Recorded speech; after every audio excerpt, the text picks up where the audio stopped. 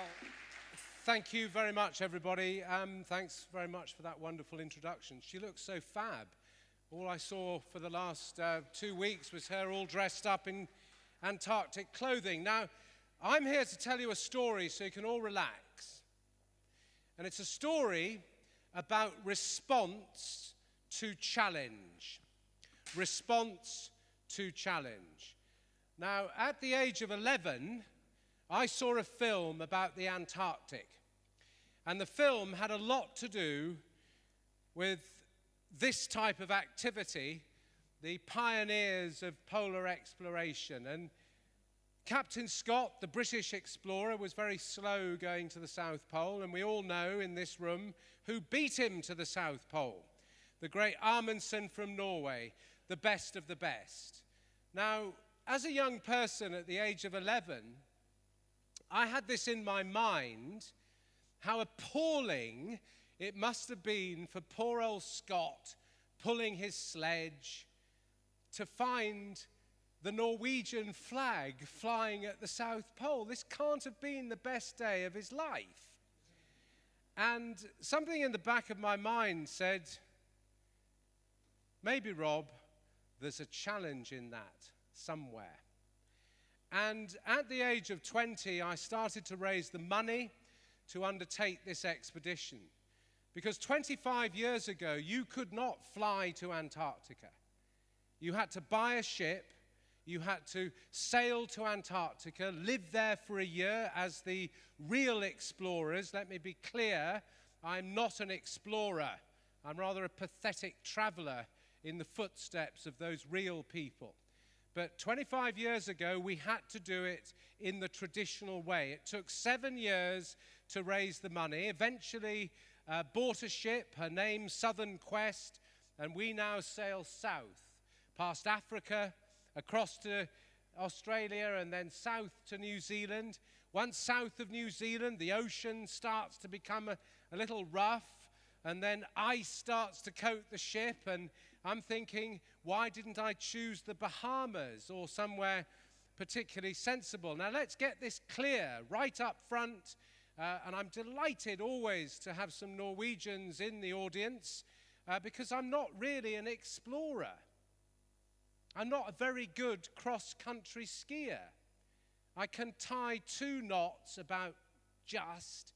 I don't actually really enjoy living in a tent with smelly men for like 70 days in a row. So this was a bit of a shock to realize that we were now coming south to the most hopeful place on Earth, the Antarctic, the only place in the world that all of us own. Now, I went to the South Pole because it went down well with girls at parties. I didn't do this for any good reason. I just wanted to do it. I'd never thought about words such as sustainability, the environment, climate change. They weren't part of my language. We would land on the shores of Antarctica, 5,000 kilometers away from civilization, and unload our energy. Without energy in Antarctica, you are dead. And all those years ago, we chose good old British coal and jet aviation fuel, which, as you know, does not freeze. We've tried to improve and change our power sources since.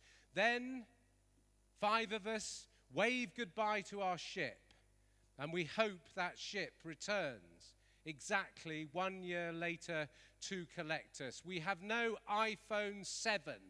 We have no communications. We have no postal service, no radio, nothing. 5 of us are isolated now, as the real explorers were 75 years before us on the edge of Antarctica. We go into our small little home, which we brought all the way from England, and 5 of us who hated each other even in London now wait 9 months inside this box. 9 months of waiting through the long polar night. And then the sun returns, we lay out our equipment, and 3 of us will undertake a journey that people said could not be done. We would make the longest unassisted march ever made.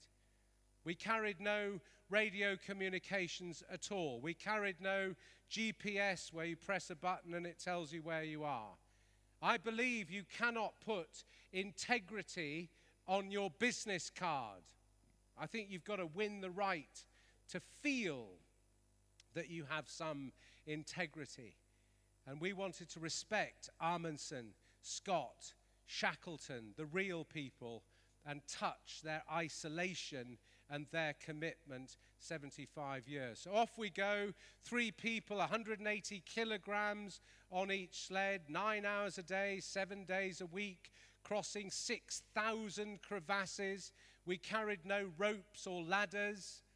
So if we go in one of these things, we hope we die, because it would be a bit unfortunate to have to wave from the bottom saying bye-bye, see you sometime.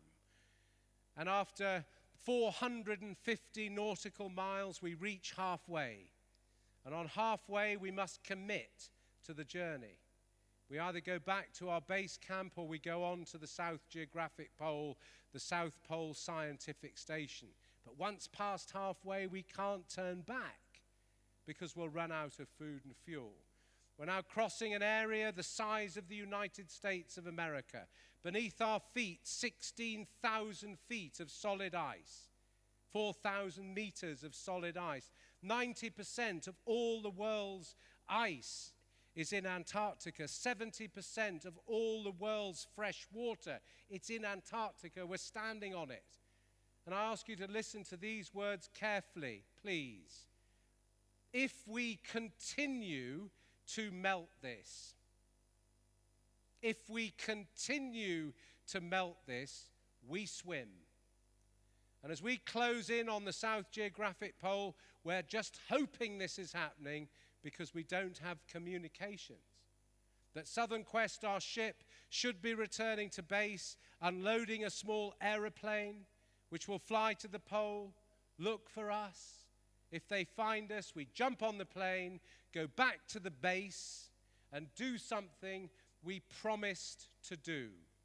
I was privileged to have the support. You know, when you're 22 and you've never been camping, it was a hard sell to raise $5 million to do this. And I needed some help.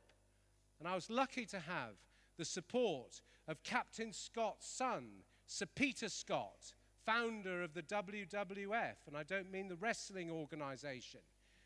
Lord Shackleton, son of Sir Ernest Shackleton, and Jacques Cousteau. Talk about 3 powerful people helped me. But they asked me to do something at the end of our expedition. They said, Rob, just leave your footsteps in the snow. Take away your rubbish. Take away your equipment. Respect Antarctica. So when we get to the pole, we jump on the plane, if it comes, back to the base, load everything up, sail north. And those last few miles to the pole, they were great because we knew we were on target. We arrived at the South Geographic Pole, and we were proud of what we'd done. It's pointless to walk to both poles, trust me. I've done it. But the point for us was we were proud. We were proud of what we'd done. And we stood there, celebrated for 5 minutes. The base commander came out from the South Pole and said, sorry, Rob, your ship just sank. So right at the moment of our pointless success, everything goes terribly wrong. I lose all my money because you can't insure a ship this far south. Everybody's laughing at me. But worst of all, I promised Jacques Cousteau, Sir Peter Scott, and Lord Shackleton I wouldn't leave a mess in Antarctica. I have 60 tons of equipment on the shore. It's 3,000 miles back to civilization. I'm bankrupt. But you know something? I learned something standing at the pole on that day. It wasn't the best day of my life. You know, I dreamt about this ever since I was 11. It was a nightmare.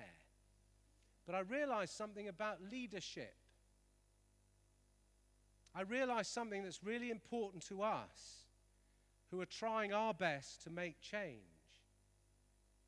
And it goes like this. Think carefully before you make a commitment. And once you make a commitment, deliver on it. That's leadership. Because if you don't, who's going to take you seriously? And that counts hugely in anything to do with sustainability, in my opinion. There's so many words. So I'm proud to say that some volunteers spent another year at our base. Another year. I borrowed an aeroplane from the United States government. They still haven't worked it out. Got the team back to civilization, and 1 year later took another ship to Antarctica, cleared the rubbish, and delivered on our commitment to those great people who'd helped us. Something happened to me walking to the South Pole which brought me here. My eyes changed color in 70 days through damage. Our faces blistered away. We hadn't read about this in the diaries of Amundsen, Scott, and Shackleton.